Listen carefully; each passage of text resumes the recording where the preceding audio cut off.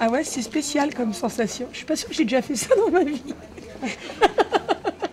Quand l'homme dans les cavernes va comprendre qu'il peut laisser de son empreinte, il va aussi comprendre que lorsqu'il se retire, d'abord il va opposer quelque chose à sa propre personne.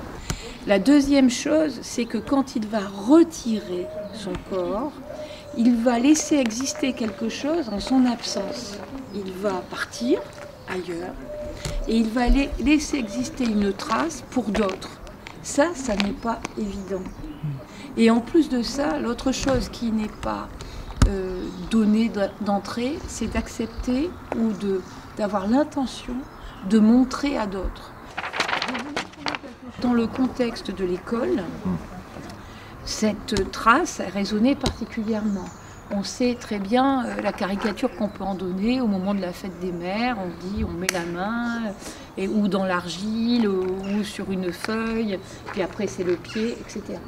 Et ça c'est une caricature parce qu'en fait l'enfant qui n'a jamais fait ça et qui ne s'est jamais trouvé en posture d'opposer, d'apposer sa main sur quelque chose, mais d'opposer quelque chose à son corps, et de se retirer et de voir la trace que ça donne, et de mesurer aussi que les autres obtiennent à peu près le même résultat, mais pas tout à fait, qu'il y a des différences et qu'on peut jouer avec ça, qu'on a un pouvoir là-dessus, eh bien moi ça me semblait intéressant.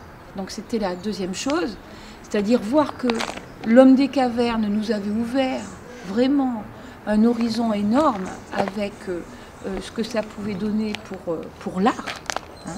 Donc une dimension créative, une dimension formative pour l'enfant, hein. Et puisque l'on en faisait des empreintes digitales, c'est-à-dire cette identification, ce fait de répertorier même à titre préventif notre identité par les empreintes. Et j'ai pensé qu'en le mettant sur du papier millimétré, c'est-à-dire en faisant exister la grille qu'il y a partout, c'est-à-dire à l'école, les grilles d'évaluation, mais aussi dans la société, toutes les grilles, les statistiques, ou même dans la ville, quand les villes sont faites selon un plan qui est le quadrillage, les maisons avec le quadrillage, on pouvait donner une dimension qui était une dimension, je dirais, sociale. Non, surtout pas. Non.